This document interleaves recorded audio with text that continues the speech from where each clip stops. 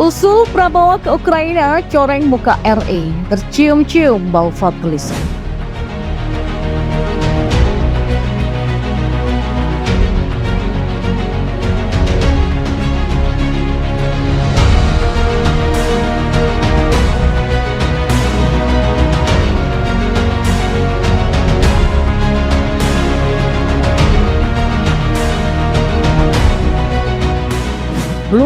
Blunder, dan blunder. Itulah yang sedang terjadi pada Menteri Pertahanan Prabowo Subianto, seperti yang sudah diberitakan di berbagai media nasional ataupun internasional dan juga jadi perbincangan di media sosial. Prabowo sebagai Menteri Pertahanan RI mengajukan usul terhadap konflik Rusia-Ukraina. Usulan itu disampaikan Prabowo di sebuah acara forum internasional di Singapura. Ada beberapa hal yang diusulkan oleh Prabowo kepada kedua belah pihak yang bertikai, Rusia dan Ukraina. Usulan Prabowo itu termasuk gencatan senjata, kedua belah pihak saling mundur 15 km dan dibuat zona demilitarisasi yang nantinya diawasi oleh PBB, serta dibuat referendum di wilayah sengketa. Singkatnya begitu ya, ada gencatan senjata, ada zona demilitarisasi, dan ada referendum di wilayah sengketa. Nah, usulan ini ditolak mentah-mentah oleh Ukraina. Penolakan ini langsung disampaikan oleh Menteri Pertahanan Ukraina Oleksiy Reznikov, menolaknya pun dengan cara yang gak enak ya.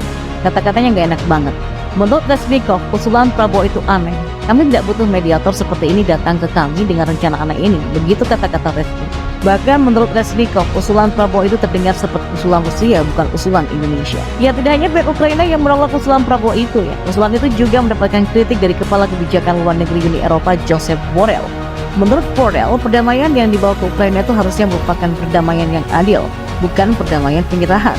Maksudnya Josep Borrell ini dalam usulan Prabowo seakan-akan Ukraina dipaksa menyerah pada Rusia demi menuju perdamaian. Lalu kenapa Menhan Ukraina sampai segitunya mengeluarkan kata-kata yang gak enak terhadap usulan Prabowo, dan juga muncul kritikan tajam dari Josep Borrell tadi ya. Padahal sebelumnya kan Presiden Jokowi sudah pernah berupaya untuk membawa jalan damai ke Rusia dan Ukraina dengan cara mengunjungi kedua negara itu. Waktu itu Presiden Jokowi menawarkan diri untuk menjadi penengah perantara perdamaian untuk keduanya, walaupun sampai sekarang belum berhasil ya. Namun tidak ada tuh kata-kata yang gak enak dari Rusia ataupun Ukraina waktu itu.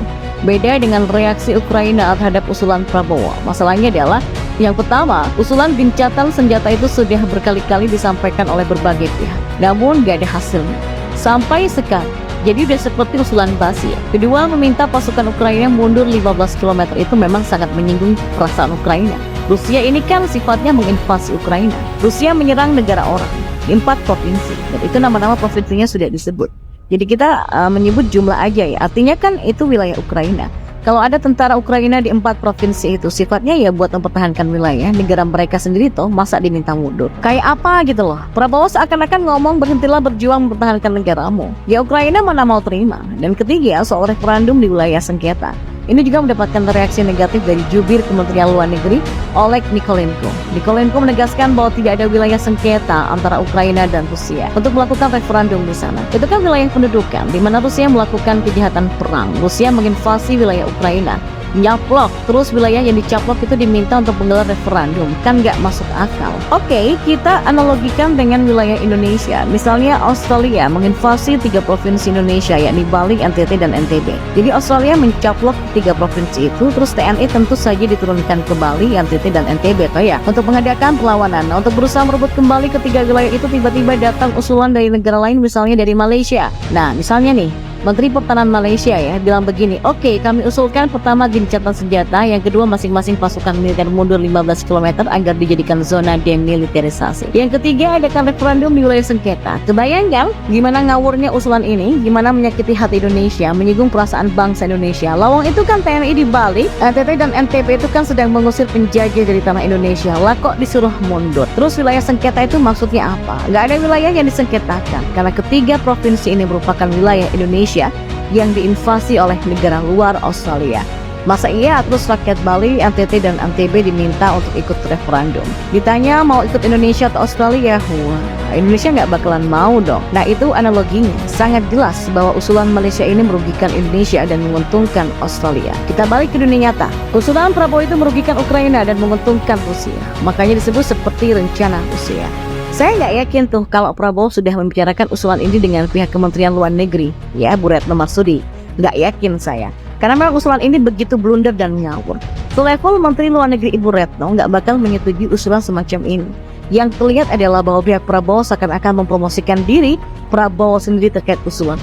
Bisa dilihat dari cuitan Daniel Anzar, jubir Menteri Pertahanan yang juga kader Gerindra. Daniel Anzar membagikan usulan Prabowo itu lewat cuitan di akun Instagram media sosialnya dan menyebutnya sebagai resolusi berani Prabowo. Jadi memang seperti mengkampanyekan diri Prabowo ya. Sementara kita semua tahu bahwa Prabowo merupakan capres dari Gerindra, bahwa usulan itu dari pihak Prabowo sendiri juga dikuatkan oleh kritik dari Komisi 1 DPR yang diwakili oleh Ketua Komisi 1 Mutia Hafidz dari fraksi Golkar. Komisi 1 meminta agar Menhan Prabowo untuk berhati-hati dalam menyampaikan opini khususnya terkait dengan konflik geopolitik antara Ukraina dan Rusia. Komisi 1 mengingatkan bahwa posisi Indonesia dalam konflik itu sudah jelas bahwa kita menentang invasi Rusia dan mendukung kedaulatan dan integritas teritorial Ukraina. Indonesia telah menyetujui resolusi PBB yang meminta Rusia mengakhiri pemusuhan dengan Ukraina. Dan Indonesia juga meminta Rusia menarik mundur pasukannya dari Ukraina. Sangat jelas ya sikap Indonesia ini. Usulan Prabowo itu disebut DPR sebagai opini. Artinya yaitu opini dari Prabowo sendiri. Kemudian soal referendum.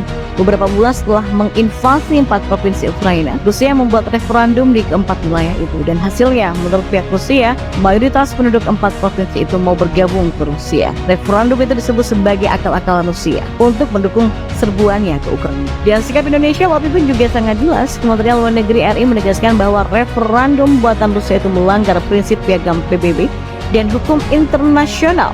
Terus sekarang Prabowo malah mengusulkan referendum, kan memang aneh dan berlawanan dengan sikap Indonesia toh ya. Jadi makin jelas nih, usulan ini merupakan opini dari Prabowo sendiri dan isi usulan itu pun berlawanan dengan sikap Indonesia.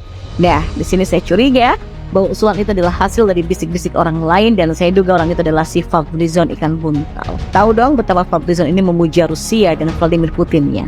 Dalam rekam jejaknya Fadlizon pada bulan Oktober tahun lalu ketika ada forum Parliamentary 20 yang merupakan rangkaian dari KTT G20, Fadlizon menyatakan bahwa pihak Rusia sudah siap untuk berdamai, sementara pihak Ukraina kelihatannya malah enggan.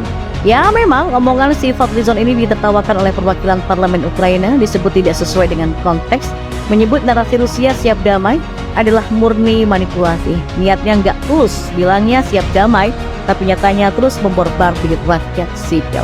Blunder, dan blunder. Itulah yang sedang terjadi pada Menteri Pertahanan Prabowo Subianto. Seperti yang sudah diberitakan di berbagai media nasional ataupun internasional dan juga jadi perbincangan di media sosial, Prabowo sebagai Menteri Pertahanan RI mengajukan usul terhadap konflik Rusia-Ukraina. Usulan itu disampaikan Prabowo di sebuah acara forum internasional di Singapura. Ada beberapa hal yang diusulkan oleh Prabowo kepada kedua belah pihak yang bertikai, Rusia dan Ukraina. Usulan Prabowo itu termasuk gencatan senjata, kedua belah pihak saling mundur 15 km dan dibuat zona demilitarisasi yang nantinya diawasi oleh PBB serta dibuat referendum di wilayah sengketa. Singkatnya begitu ya, ada gencatan senjata, ada zona demilitarisasi dan ada referendum di wilayah sengketa. Nah, usulan ini ditolak mentah-mentah oleh Ukraina. Penolakan ini langsung disampaikan oleh Menteri Pertahanan Ukraina Oleksiy Reznikov, menolaknya pun dengan cara yang gak enak ya.